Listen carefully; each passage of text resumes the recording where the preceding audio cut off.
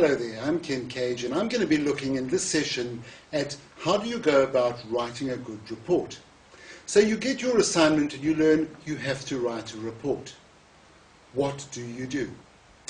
Well, first of all, we have to decide what is a report, because before we can do it, we have to know what we've got to do.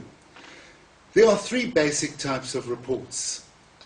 You have information-only reports. That's a report that basically gives you basic information that you might need for some other purpose. Then at university, you've got research reports and case study analysis reports. Now, that information-only report, as I said, it only supplies basic information. Examples of that are things like monthly budgets, management reports, staff absenteeism, those kind of issues. And it's usually very, very short, just contains data. The research report, on the other hand, is what you would be required to do at university.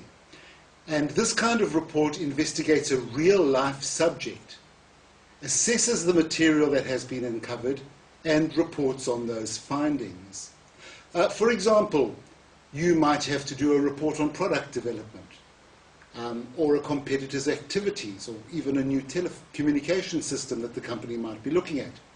So this report is based and rooted in the real world. It'll vary in length, obviously, depending on the amount of material that you need to include in it. A case study analysis report is very much a real-life report in a confined and controlled environment. Here your lecturer will usually give you a case study, and the report will have to analyze the case in terms of key theoretical principles. So it's a hypothetical research report.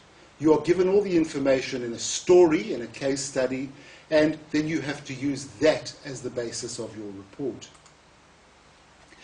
So the first thing you have to do when you write a report is to determine what type of report is required from you. Is it information only? Is it research? Or is it a case study analysis? Now, in order to write a good report, you have to know the purpose and the scope of the report. When I say the purpose, I mean you must have a clear understanding of why you are writing the report, so that you can ensure that the research and the writing you do is relevant to the topic. The scope refers to what needs to go into the report. Always get clear guidelines from your lecturer or your study guide as to what the extent of the report needs to be. What elements are required in the report? For example, do you have to give recommendations? Or do you have to have an executive summary? Or can you use appendices? Now, there are four features that a well-written report has. The first is it is objective. Objectivity is very important. Your opinions and personality should not intrude in the report. Try and keep it impersonal. And the best way to keep it impersonal is to avoid using the word I. So it must be objective. Secondly, you must do thorough research. When somebody reads the report, it should be clear that you know exactly what you are talking about, that you've done the hard yards, that you know the work, that you've done the research that is required in order to make the report. Thirdly, the structure of the report is important. A report is very, very clearly structured. It's got particular sections, which we will look at in a moment, and these are clearly visible and labeled with headings. They are also arranged logically, so that the reader can go through the parts of the report without any problem. And then the fourth feature of a well-written report is the fact that you have a clear writing style.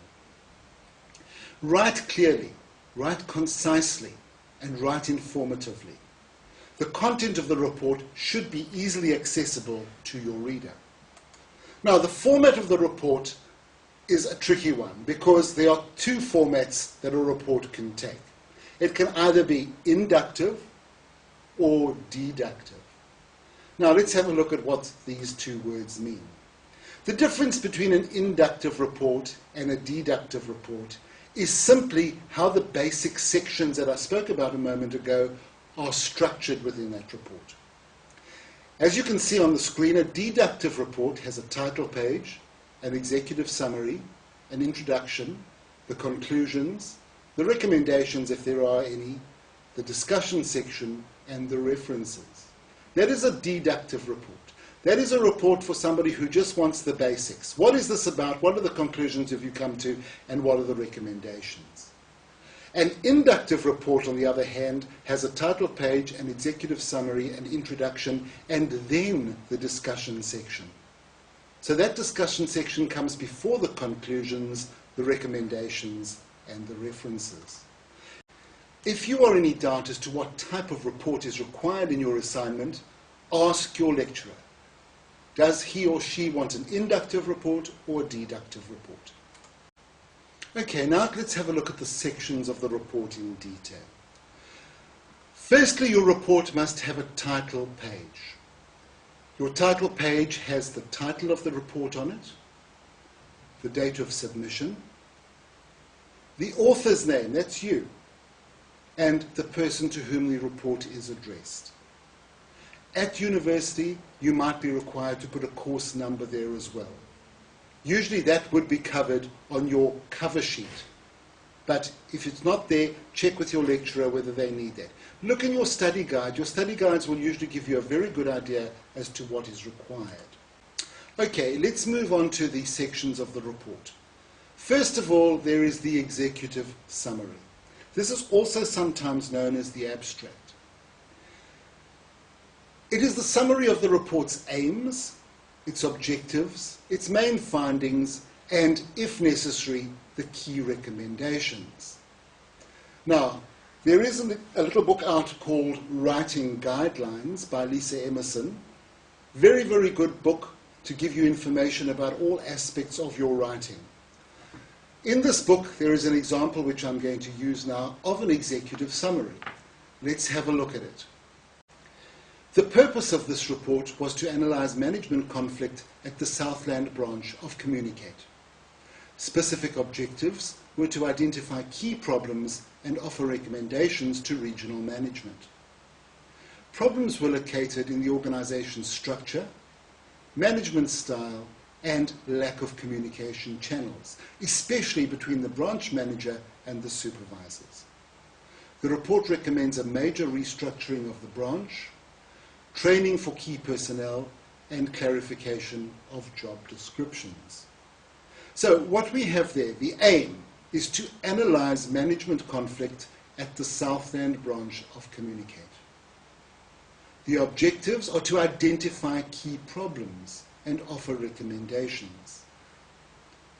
The main findings are the organization structure, the management style, and the lack of communication channels. And based on those findings, the key recommendations are a major restructuring of the branch, training for key personnel, and clarification of job descriptions. So what we can see there are the four things we need: the aim, the objectives, the main findings, and the key recommendations.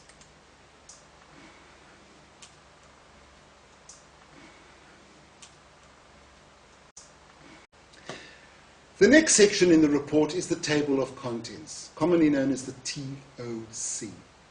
Now, the table of contents helps orientate the reader to the scope and emphases of the report. It's very, very similar to the index in any book you pick up. If you go to the library and you take a book off the shelf and you open it to the index, there it gives you a table of contents, and it shows you exactly what you can expect to be covered in that book. So that's your table of contents. It also gives page numbers for the beginning of each section, and it is organized using a numbering system. We would recommend that you use a decimal system, because a decimal system is infinite. You can go 1, 1.1, 1.1.1, 1.1.1.1, etc. If you use letters like A, B, C, D, etc., it becomes a little difficult if it goes on too long. Now, in your table of contents, you can see an example on your screen there. You'll see that the executive summary and the table of contents fall outside the report itself. The report starts with the introduction, and you can see it's numbered number 1. So the executive summary and the table of contents are numbered using Roman numerals. Then the report itself starts, the introduction, the conclusions, the recommendations, the discussion, etc. And there we have the Arabic numerals which we normally use in our writing style, 1, 2, 3, etc. Now if you look down to the discussion, section 4, you'll see what I mean when we say we can use the decimal system infinitely. There we've got 4, then we've got 4.1, 4.2, 4.3, then we've got 4.3.1, 4.3.2, etc. So that kind of system makes it a lot easier for us to add different sections if necessary. Then you've got the references and the appendices, and all of those are numbered using our normal numbering system. Okay, let's now move on to the next important section of the report, and that is the introduction. The introduction gives the big picture of the report.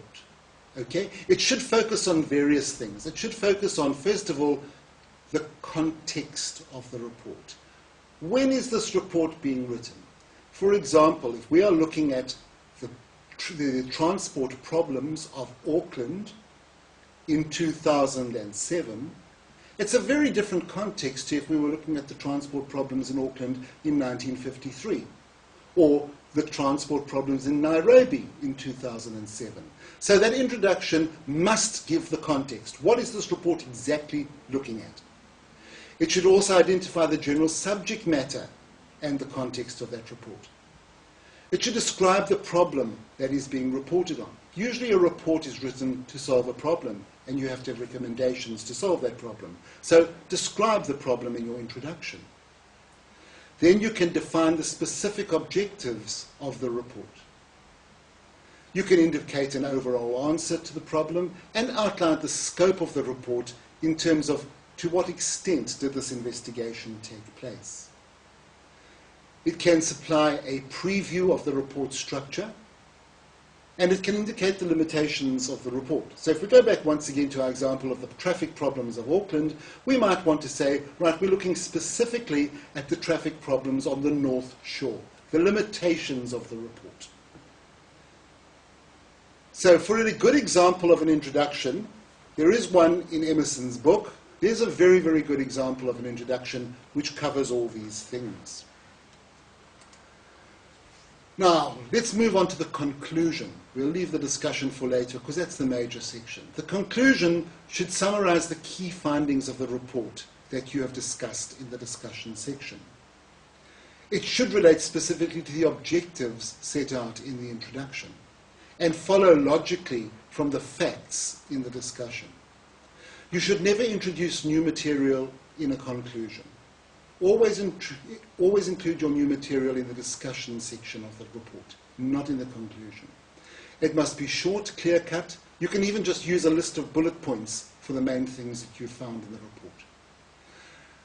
Arrange your conclusions so that the major conclusions come first and it goes down to the least important conclusion.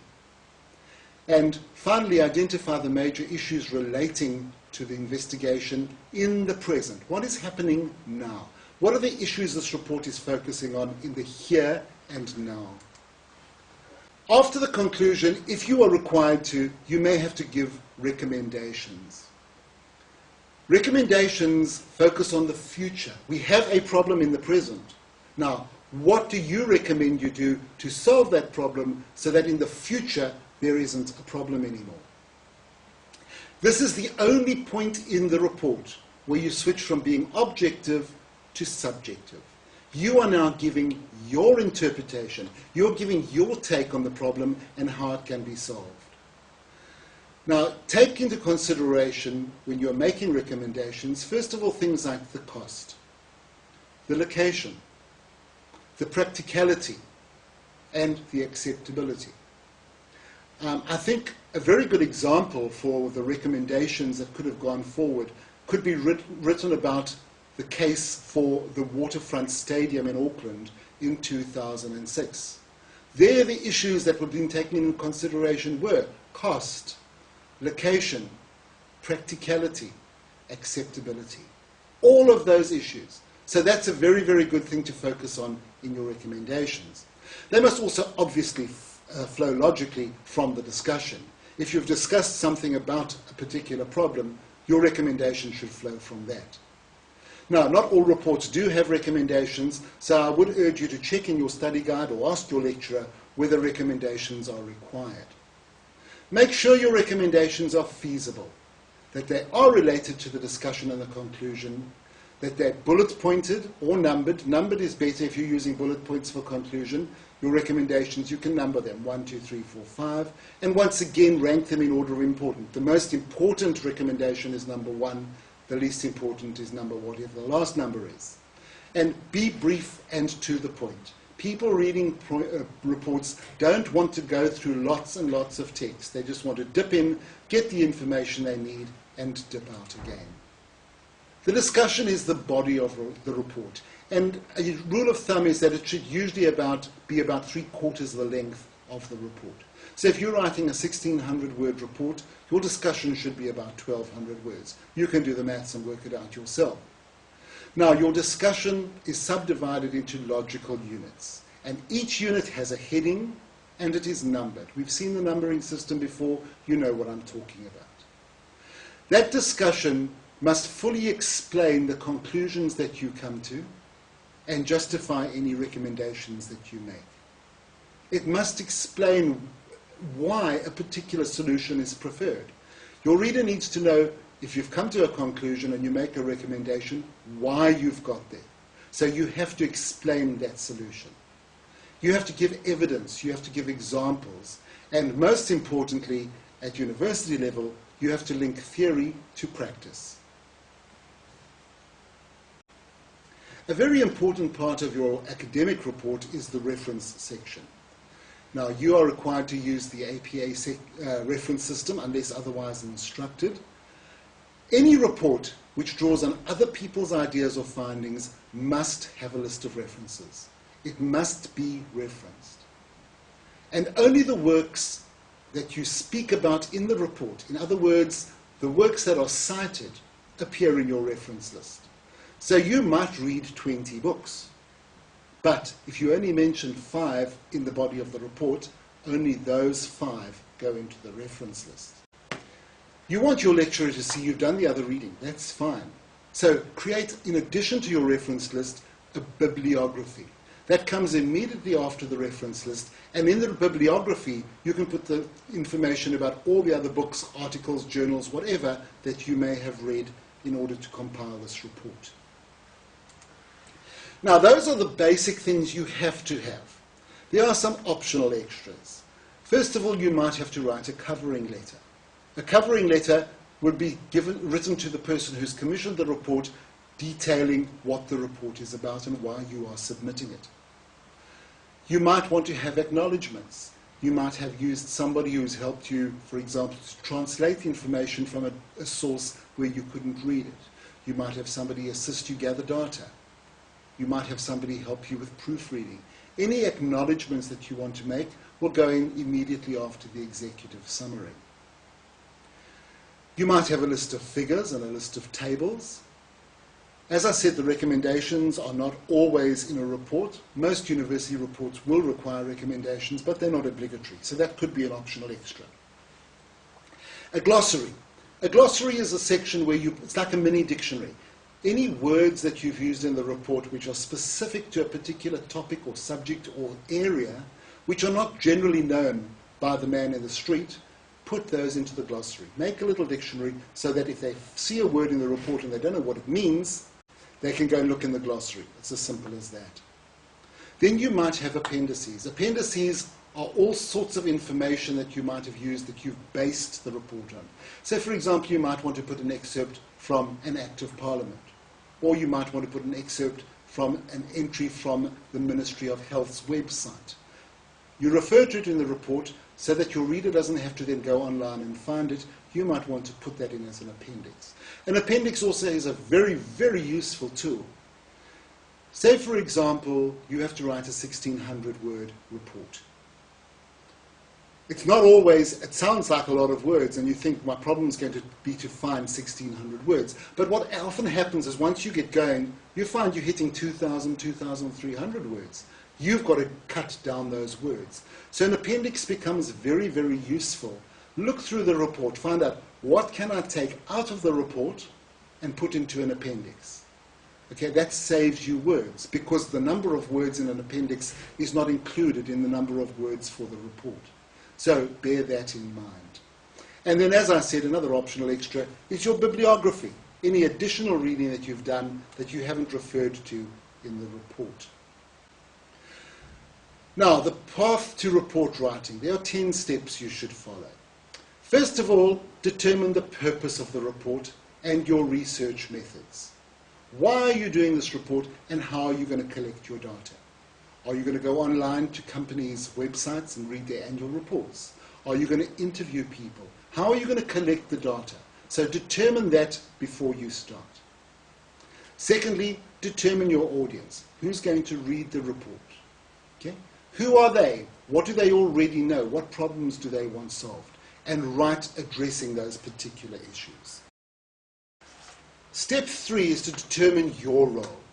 Who are you? Now, very often in a university assignment, you will be required to act as a particular person, a management consultant, or an external auditor, or something like that. So you have to determine what perspective you have to write that report from. What is your role in writing that report? Then step 4, which is very, very important. This is where you sit down and you plan your report. You draw up a working outline. First of all, write a thesis statement that pinpoints the topic and the focus of the report. This will help you maintain focus while you are writing that report. Use the headings and set up the sections and the subsections of the report to give your report structure. Now, once you've got a basic plan for your report, and we'll look at a plan in a moment, brainstorm the topic. You know what the headings are. Now you've got to find out, what am I going to put in under those headings? Write down all the ideas and information you can think of, and include anything that you think may be important in that report. Rather have too much than too little. Right, once you know what information you want to put in those sections, where are you going to get the information from? Step 6, make a list of possible sources where you might find that data. Then step 7, make a timeline.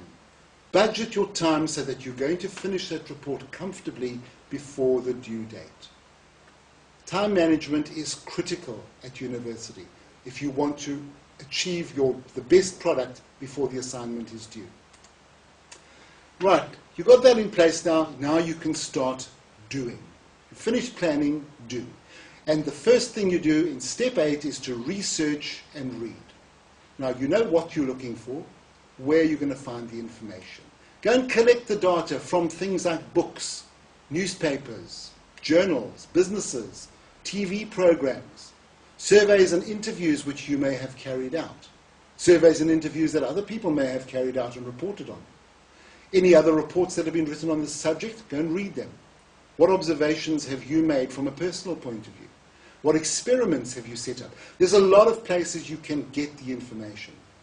That research and reading section is a huge component in the report, the data gathering stage. So make sure that you put enough time aside to do that, and you do it thoroughly. Now, collect your data from the appropriate places, but only read relevant material. Very often, especially for students who are doing research online, very, very often they get waylaid. They'll go to a website and find something else that interests them, and they'll spend time reading that. Stick to the relevant material and keep brief notes of what you need. Keep those notes on different pieces of paper, and always put the source, so when you come to reference it, you know where it came from. Now, once again, when we go to reference, looking at information on websites, be very, very careful that the website that you're using is credible. Anybody can paste anything they want on the internet. So you have to make sure that what you are using in your report has got credibility. Right, you've done your research and everything. You've now got this mass of information. You've got to try and fit that in to your outline, to your plan. And step 9 then is to rework that plan. Organize your notes into a skeleton structure like we spoke about in step 4, and then identify the gaps that need further research, and also that will tell you what unnecessary information you can toss. Okay, group the relevant information together under one heading or subheading, and then make further subheadings from there. Right, an example of a reworked outline. Let's have a look. This is the topic. Write a report comparing the marketing of real estate in New Zealand and the United States of America. Make recommendations as to how America could learn from New Zealand and vice versa. Right, there on your screen you have a plan. You have a working outline. You can see there, first of all, you're going to have your introduction. In your introduction, you're going to explain the purpose of the report, and you're going to explain the research methods you use to collect the data. Then in this discussion section, you're going to break it into the 2 countries that you have to discuss, New Zealand and the United States of America. And then you will have subsections there dealing with the legislation, the regulations, and the marketing communication in both of those countries. Then your conclusion will answer the question, what conclusions can you come to? What can New Zealand learn from the United States? And what can the United States learn from New Zealand? Once you've come to those conclusions, make your recommendations, either for what New Zealand should do or what the United States should do. And then, of course, you have your references and any appendices. In the appendices here, you might need the relevant legislation as pertaining to real estate in both countries. So there you have a very good example of a reworked outline. Remember, this is inductive style because the discussion comes after the introduction. If it was deductive, that discussion would come after the recommendations. So you've reformulated your headings and subheadings if necessary. It's now time to decide whether you're going to use tables or figures in your report to present that information. Or are you going to use appendices to enhance the report? We've spoken about appendices, but tables and figures, I can't emphasize how important they are. Once again, if you're trying to save words, have a look at the information and decide what information here can I portray in a graph, or in a table, or in a diagram of some sort. You know the saying, a picture paints 1,000 words? That's going to save you a huge amount of words explaining it if you can just present a graph or some kind of graphic representation. Right, you've got all that information, now start writing. And the first thing you write, because everything hinges on it, is the discussion section. Look at the outline, look at the subheadings you have. What have you decided you're going to discuss in 4.1? What have you discussed in 4.1.1, 4.1.2, etc., and start writing from there. Once you have completed your discussion, you can develop your conclusions, and if you need them, your recommendations. Remember always, the conclusions are a summary of what is happening in the present. The recommendations are suggestions for what should be taken for the future. Right, you've done your conclusions, you've made your recommendations, now you can read your introduction.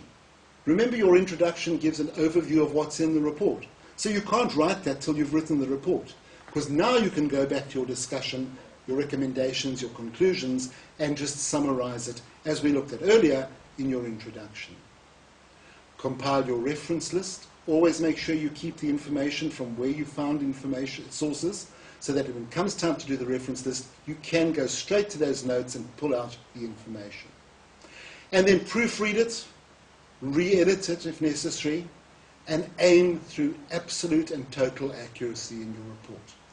A couple of things that are very, very important before you submit it is to make sure that what you have said is clear. Check your clarity of expression.